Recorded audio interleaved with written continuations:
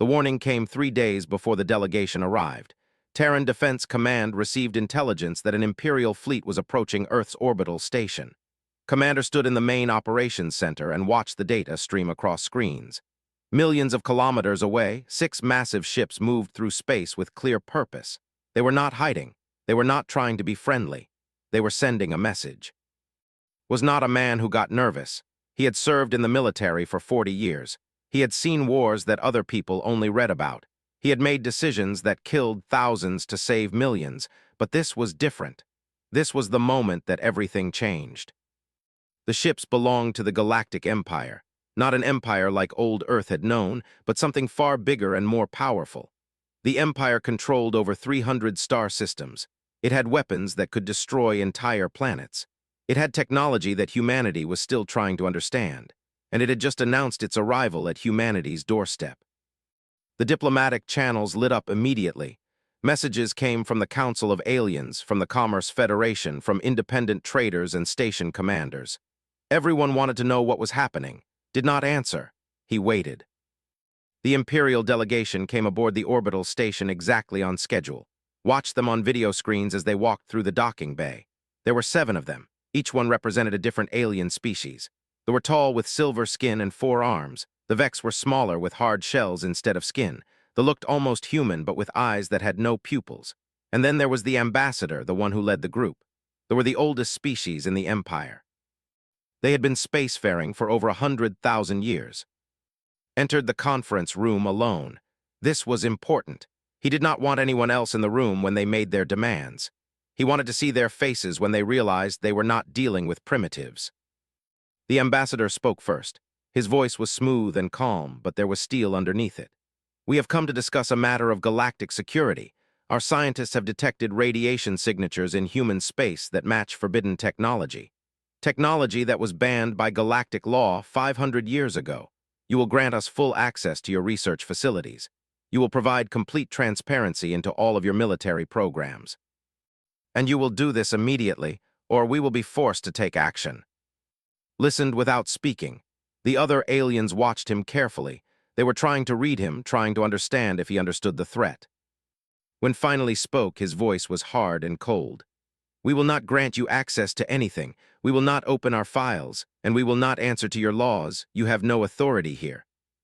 The room went silent. The ambassador made a sound like breaking glass. The Vex started moving in their shells, uncomfortable and angry. They did not move at all. He simply stared at. You understand what you are saying? They said. It was not a question. I understand exactly what I am saying, replied. I am telling you that humanity's space is closed. Your ships will leave. Your traders will leave. Your intelligence operatives will leave. And if any Imperial vessel enters human space again, we will treat it as an act of war. The ambassador stood up.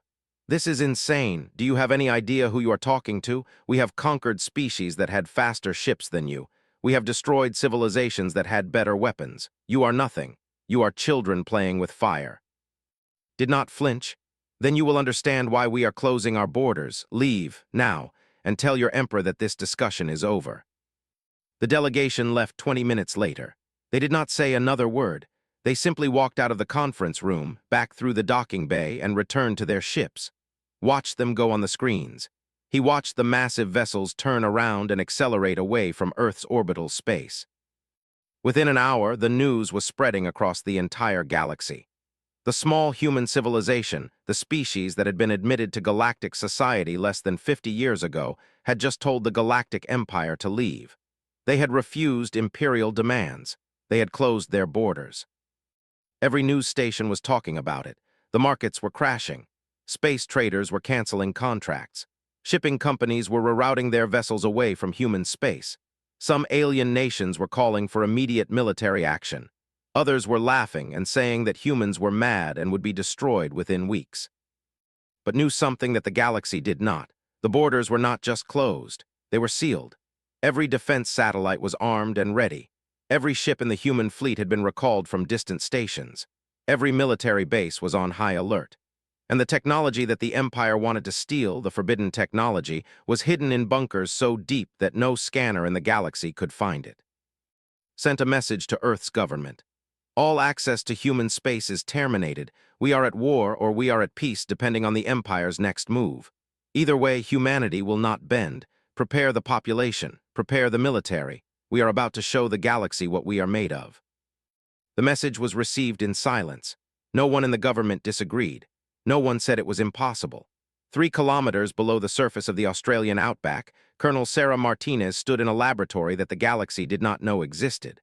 Above her, the desert sun beat down on red rock and dust. Below her, in a facility carved from solid stone and protected by 3 layers of shielding, humanity's future was being built. The laboratory was cold and quiet. Machines hummed softly as they processed data. Scientists worked at stations, their fingers moving across screens, their eyes focused on numbers that meant life or death. At the center of the room, a single chamber sat locked behind reinforced glass. Inside the chamber, a human brain floated in blue liquid. The brain was alive. It was thinking, and it was no longer attached to a body. This was the forbidden technology. This was what the Galactic Empire feared. Martinez had been working on consciousness transfer for 15 years. When she had first started, the project was hidden from everyone, even from the government. She had worked in secret, with a small team of the best minds humanity had to offer. And slowly, piece by piece, they had figured out how to do something that no other species in the galaxy had ever accomplished. They could copy a human consciousness from a body to a machine. They could store it. They could run it. And they could put it into another body, or into a drone, or into a ship's control system. A human mind did not need to be biological. It could exist in metal and wires and circuits just as easily as it existed in flesh and blood. The Galactic Empire had banned this technology 500 years ago, not because it was evil, but because it was powerful. It was too powerful. A species that could transfer consciousness would become unstoppable. They would never have to fear death. They would never have to fear injury. They could fight forever. When the government had finally learned about the project, they had not shut it down. Instead, they had expanded it. They had given Martinez full access to resources. They had brought in the best engineers and programmers and biologists. And now, 5 years later, humanity had something that could change everything.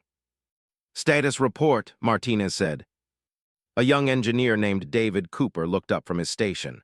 "The latest trial subject is stable. Brain activity is normal. All neural patterns match the original scan.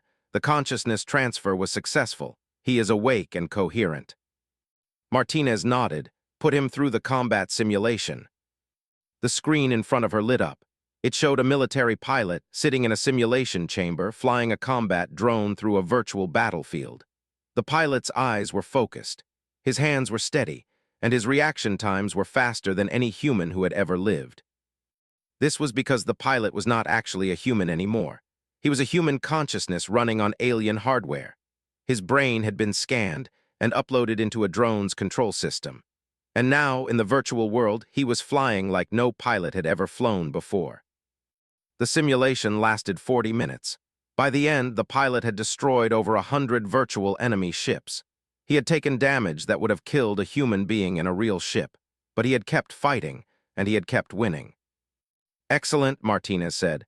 "Download him back into his original body. He will need recovery time, but the procedure is stable. We can do this." Over the next few hours, more reports came in. The consciousness transfer technology was working perfectly. The military applications were clear. A single human pilot could pilot multiple drones at the same time, or could be transferred to a new drone if the first one was destroyed. Human soldiers could continue fighting even if their biological bodies were damaged. And most importantly, humans would not fear death the way other species did. A human consciousness could be backed up. It could be restored. Martinez received a secure communication from Commander at Earth's Defense Command. The message was short. "Empire is preparing for assault. They are gathering a war fleet. They will attack within 30 days. Prepare your equipment. We will need it." She closed the message and looked around the laboratory. Her team was working hard, but they were also scared. They understood what was coming. They understood that the Galactic Empire was the most powerful military force in known space. And they understood that humanity was going to have to fight with everything it had. But Martinez was not afraid. She was focused. She knew what her work meant. It meant that when the ships came, human pilots would be ready. It meant that death would not stop them. It meant that even if the Empire had better ships and better weapons and more soldiers, humanity had something that the aliens did not have. Humanity had the will to refuse to die.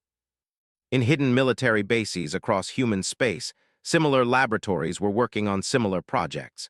There was a research facility on Mars that was developing advanced combat drones.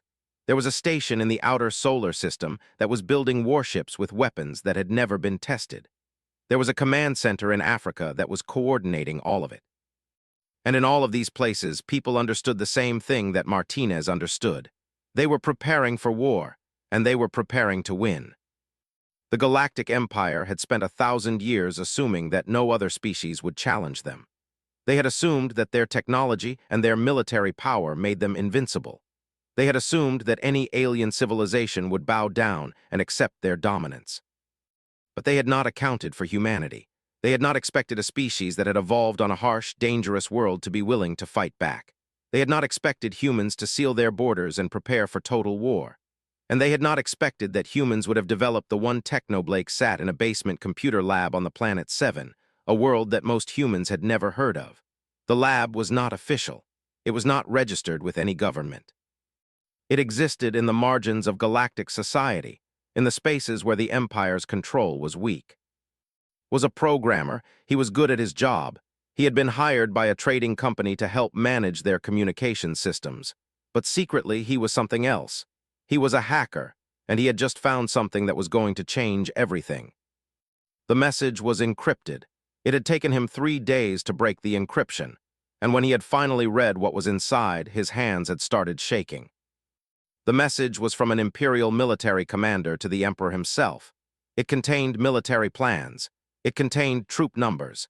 It contained the location of every warship in the Empire's fleet. And most importantly, it contained orders for an invasion. The Empire was planning to attack human space in exactly 6 days. There would be no warning. There would be no negotiation. The fleet would jump through space and emerge in Earth orbit, and they would begin the destruction. They would destroy the orbital stations. They would destroy the ships. They would destroy the cities. And they would do it all at once before humanity could even mount a defense. Read the message 3 times to make sure he was not mistaken. But he was not mistaken. The document was real. The plans were real, and the invasion was coming. He could have reported this to Earth's government. That would have been the logical thing to do, but knew that the communication channels were monitored. He knew that if he tried to send a message directly to Terran Defense Command, the Empire would find out that he had discovered the plans. And then they would kill him. They would silence him, and they would continue with their invasion. So did something different. He started looking for contacts in the underground resistance. The resistance had existed for years. It was a network of aliens who opposed the Galactic Empire. They were not strong enough to fight openly, but they were smart. They were organized, and they had networks across dozens of worlds. Found them through an old contact, a Vex trader who had helped him when he first came to 7. The trader put him in touch with a human named Hayes, was part of the resistance. She lived in the shadows and worked to undermine the Empire from within. When showed her the message, the eyes went wide. She was a tough person. She had been in the resistance for 15 years, but even she understood what this meant. "We need to get this to Earth," said. "They need to know what is coming." "The communications are monitored," said. "We cannot send it through normal channels." Nodded. "Then we send it the old way. We send it through people. There is a merchant ship leaving for the edge of human space in 2 hours. We put you on that ship. You carry the message. You get it to Terran Defense Command in person." Did not argue. He grabbed his equipment and followed through the streets of the city. They moved carefully, avoiding the Imperial surveillance stations. They used back routes and hidden passages. And 2 hours later was on a merchant ship with forged identity papers and a data crystal containing the most dangerous information in the galaxy. The ship jumped to faster than light speed and sat in a cargo hold and waited. But while was traveling to Earth, something else was happening. Had shared the message with the Resistance network, and the Resistance had started making calls. On the planet, a commander named was meeting with other Resistance fighters, had been planning to challenge the Empire for years. He had gathered a fleet of ships. He had recruited soldiers from a dozen different species, and he had been waiting for the right moment. The message that had found gave him that moment. On the space station Meridian, a Vex scientist named was contacting allies across the galaxy, had developed weapons that the Empire did not know about. had been hiding those weapons for years, waiting for the day when they would be needed. That day had come. On 6 different worlds, rebel leaders were making the same decision. They would rise up. They would challenge the Empire. And they would do it at the same time that the Empire was attacking human space. The Resistance knew that the Empire was planning to destroy humanity. They knew because the same intelligence networks that had sent the message had also spread the word through the underground. And they understood what this meant. If the Empire could destroy humanity, they could destroy anyone. The Resistance had to act. By the time ship arrived at Earth, the entire underground network was mobilizing. Messages were being sent. Ships were being moved into position. Armies were being gathered. The rebellion was beginning. Commander received message 3 days before the invasion. He read the military plans. He saw the numbers. He understood that the Empire was not bluffing. And then he understood something else. The Imperial fleet came out of faster-than-light jump space exactly where the intelligence reports had said it would come. 300 warships emerged around Earth at the same moment. They formed a perfect blockade. They activated their weapons, and they transmitted a single message to Earth's Defense Command. Surrender or be destroyed. You have 1 hour to comply. Commander was in the command center when the message came through. He did not hesitate. He did not wait. He pressed a single button and issued one command. All defense stations, fire. The war began in an instant. Human defense satellites had been positioned around Earth for weeks. They had been hidden, cloaked, invisible to Imperial scanners, but they were there. And they were armed with weapons that humanity had been developing in secret.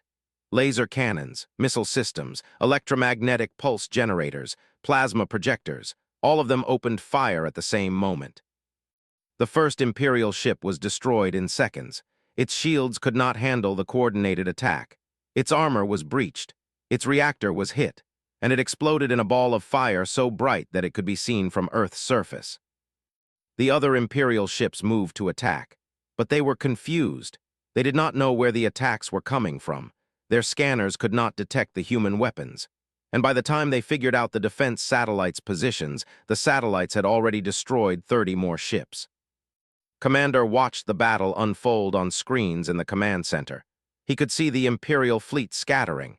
He could see them turning to face the human weapons, and he could see that they were losing. But this was only the beginning. Colonel Sarah Martinez was in the military command center in Australia. She had thousands of combat drones under her control, drones that had been piloted by human consciousness transfers. Each drone had a human mind flying it. Each drone had a human pilot who was willing to die to protect their planet. The first wave of drones launched from hidden hangars across Earth. They moved up into space at tremendous speed, and they headed directly for the Imperial fleet. The Imperial commanders did not understand what was happening. They had sensors that showed fast-moving objects approaching their ships, but they did not have sensors that showed consciousness transfers. They did not have weapons designed to fight enemies who would not surrender even when their ships were destroyed. The first human drone engaged the first Imperial fighter. The pilot was a woman named Helen Grant. Helen had volunteered for consciousness transfer. Her original body was in a medical chamber on Earth, but her consciousness was in a combat drone, and she was flying like she had been born in a cockpit. The Imperial fighter tried to escape. Helen accelerated. She matched the fighter's speed. She matched its turns, and she fired a missile that destroyed it in a single explosion. Helen's drone took heavy damage from return fire. The armor was breached. The systems were failing. A human pilot in a regular ship would have ejected. A human pilot in a regular ship would have tried to save their body. But Helen was not in a regular ship. She was a consciousness in a machine, and she could transfer to a different drone. She could keep fighting. She could keep killing. Helen ejected from the damaged drone. Her consciousness was uploaded to a backup system. And 5 seconds later, she was in a new drone. She was flying again. She was fighting again, and she did not feel fear anymore, because she knew that even if this drone was destroyed, she would continue to exist. She would be transferred to another body. She would keep fighting. This was the advantage that Colonel Martinez had given humanity. This was the terror that the Imperial commanders were now facing. Hundreds of human drones filled the space around Earth. Thousands of human pilots, all of them consciousness transfers, all of them willing to fight forever. They took damage, ships were destroyed, but the pilots never stopped fighting. Because they could not die, not really. The Imperial fleet was being destroyed. The battle lasted 47 minutes. When it ended, half of the 300 Imperial ships had been destroyed. The other half were damaged and retreating, and the Empire had lost over 50,000 soldiers. But the war did not end at Earth. All across human space, the same thing was happening. Defense stations were firing. Human drones were attacking, and everywhere the Empire tried to establish control, humans were fighting back. On a mining colony in the outer system, soldiers used consciousness transfer technology to fight off an Imperial landing force. The soldiers took lethal damage and kept fighting. They were cut in half and they kept fighting. They were exposed to vacuum and they kept fighting. Because their consciousness was stored in a backup system somewhere on the colony, and they could always be brought back. On the space station Salvation, human pilots flew combat fighters against Imperial bombers. Every time a pilot's ship was destroyed, the pilot was transferred to a new ship. The battle raged for hours. When it ended, the station was still in human hands. And on 100 other worlds, the same pattern was repeating. Humans were fighting with a ferocity that the Empire had never encountered before. Humans were refusing to surrender. Humans were choosing to keep fighting even in the face of certain death. Because humans understood something that the Empire did not. Humanity had evolved on a harsh planet. Humanity had fought for survival against nature and against each other for millions of years. Humanity was built for war. The Galactic Empire was built for control. They controlled through fear. They controlled through superior technology. They controlled through the belief that no one could defeat them. But humanity was not controlled by fear. And humanity had found a way to make their superior willpower more valuable than the Empire's superior technology. On the 7th day of the invasion, the Empire realized that they were losing, and that was when something unexpected happened. The resistance rose up. All across the galaxy, rebel factions began attacking Imperial bases. Supply lines were destroyed. Command stations were sabotaged, and Imperial ships that were supposed to be reinforcing the invasion fleet were suddenly fighting for their own survival. The Empire was being attacked from outside by humans, and from inside by the resistance. The war lasted 6 weeks. By the end of it, the Galactic Empire was gone. Not completely destroyed. Some ships escaped. Some soldiers retreated to distant systems. Some officials surrendered and were taken into custody.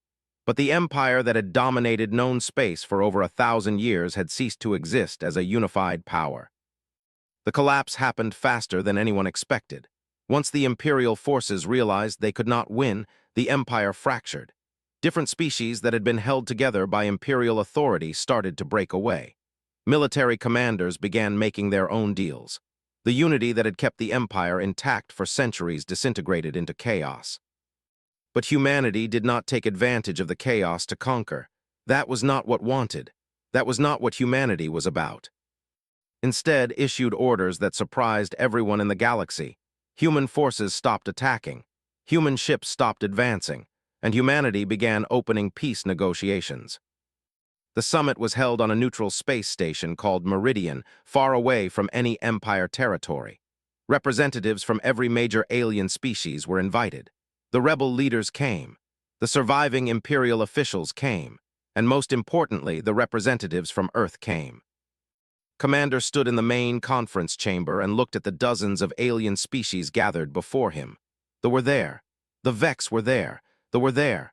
They were there. And many others that humanity had never even met before. Began to speak. His voice was calm and clear. The Galactic Empire is dead. We did not kill it because we wanted to rule. We killed it because we wanted to be free. And now that it is dead, we can build something better. We can build a galactic council where all species have equal voice. We can build a system where power is shared, not concentrated. We can build something that has never existed before in this part of space. We can build peace.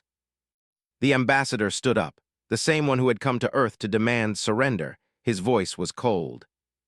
And who decides the rules of this new council? Humans? You have shown us that you are warriors. You have shown us that you cannot be conquered, but that does not mean you should rule. Nodded, you are right. Humans should not rule, but humans should have a voice. And we should have a voice not because we are stronger, but because we understand something that the Empire never understood. We understand that strength without mercy is just tyranny. We understand that power without compassion destroys everything it touches. And we understand that a galaxy can only survive if all its people work together. The commander stood. He had lost thousands of soldiers in the rebellion, but he was speaking with respect in his voice. I agree with, the humans have proven themselves to be warriors, but they have also proven themselves to be something else. They are honorable. They had the chance to destroy the Empire and take control. Instead, they are asking for partnership. This is rare in this galaxy. This should be remembered. One by one, the other representatives stood. Some were angry, some were afraid, some were suspicious. But eventually they agreed. A new government would be formed. It would be called the Galactic Coalition, and every major species would have equal representation. Humanity's terms were simple. They asked for recognition of their sovereignty. They asked for an end to trade restrictions against human goods. They asked for access to certain technologies that had been restricted, and they asked for one unique right. They asked to control their own consciousness transfer technology. They would not share it. They would not teach it to other species. And they would keep it as their own advantage in case any power ever tried to conquer them again. The other species agreed. They understood that humanity had earned this right, and they understood that a species that had developed something so revolutionary deserved to keep it. Over the following weeks, new trade agreements were made. New communication channels were opened, and slowly the galaxy began to heal from the war. Colonel Sarah Martinez was promoted to general. She was put in charge of the Joint Defense Force, a military organization that would protect the coalition from outside threats. Helen Grant, the consciousness transfer pilot, was given command of the drone divisions. She was a legend now. Stories of her incredible flying skills were told across dozens of worlds. Blake received a formal commendation from the coalition. He was made a diplomat. His job was to help build communication channels between humans and other species. He traveled across the galaxy, and everywhere he went, he told the story of how humanity had refused to surrender. Earth itself changed. The sealed borders came down, but they came down slowly and carefully. Humans controlled the pace. Humans decided who could enter their space, and humans kept control of their own destiny. 5 years after the war, Commander stepped down from his position. He was old. He was tired, and he believed that it was time for a new generation to lead. He was succeeded by a younger commander named Davis. Retired to a small colony on one of Earth's neighboring planets, he spent his time writing. He wrote about the war. He wrote about the decisions he had made. He wrote about humanity's place in the galaxy. One day, a journalist came to interview him. The journalist was from a different species, a Vex trader named Kell. The journalist asked, "Commander, were you ever afraid? Were you ever afraid that humanity would lose?" Smiled, "Of course I was afraid. Only a fool is not afraid before a war, but I understood something that the Empire did not understand. Fear is not weakness. Fear makes you think carefully. Fear makes you plan well. Fear makes you prepare. And when you face your fears with preparation and courage, fear becomes your strength." The journalist wrote down the words, and those words spread across the galaxy, and they became known as the most important lesson from the war. The Galactic Empire had fallen, and in its place, something new had been born, not a human empire, not a dictatorship, but a coalition of free species working together, learning from each other, and building a future where no one dominated and everyone had a voice. Humanity had changed the galaxy, not through conquest, but through courage, through refusal to surrender, through willingness to fight for freedom, and through understanding that true power comes not from weapons or technology, but from the strength of the people who use them. The sealed borders of human space came down completely 10 years after the war. By then, human traders were common on alien worlds. Human scientists were studying with alien researchers. Human soldiers served alongside soldiers from a dozen different species. And humanity had earned something that no young species had ever earned before. Humanity had earned respect, not through begging or appealing, but through action, through proof, through showing the galaxy what humans were really made of. In the history books that would be written in future generations, the invasion would be remembered as the moment that everything changed. The moment that a young species refused to bow. The moment that the galaxy learned to be free. And it would all start with one man, commander, who had the courage to say no to an empire, and a species, humanity, who had the strength to back him up. The future was uncertain. There would be more challenges. There would be more conflicts, but now they would be different. Now humanity would face them as equals. Now humanity would face them as free people. And that changed everything. Commander received a communication from the rebel commander. The message was simple. "We are with you. The Empire will fall." And knew that the invasion had failed. More than that, the Empire had failed. Because they had tried to destroy humanity, and in doing so, they had unified every force in the galaxy that opposed them. The first phase of the war was over, and humanity had won. The resistance was going to help. Intelligence reports started coming in from across the galaxy. Imperial ships were being sabotaged. Military bases were rebelling. Supply lines were being cut. The Empire's own people were turning against them. And it was happening all at the same time that the invasion fleet was preparing to attack Earth. Made a decision. He would coordinate with the resistance. He would plan a joint defense. And he would prepare his people for the war that was coming. Blake, the young hacker who had started this chain of events, was given a military commission. He was put in charge of communications between Earth and the Resistance. He would be the bridge between humanity and the rebellion that would change the galaxy forever. The pieces were moving into place. The Empire did not realize it yet, but they were walking into a trap. And in 6 days, they were going to learn what happened when you underestimated an enemy. Logi that could actually threaten their empire. Martinez looked at the consciousness transfer chamber again. The brain inside was no longer alone. There were now over 50 conscious human minds stored in digital form, ready to be deployed, and more were being created every day. The Empire wanted to know what humanity was hiding. They were about to find out. And when they did, they would understand that they had made a terrible mistake by coming to Earth. No one suggested surrender, because everyone understood something that the aliens had not learned yet. Humans did not survive on Earth by being weak. Humans did not advance through technology and cooperation alone. Humans survived by being willing to fight when their backs were against the wall. And right now, humanity's back was against the wall. Commander stood in the operations center and watched the Imperial fleet disappear from the sensors. The war had started, and humanity would not lose.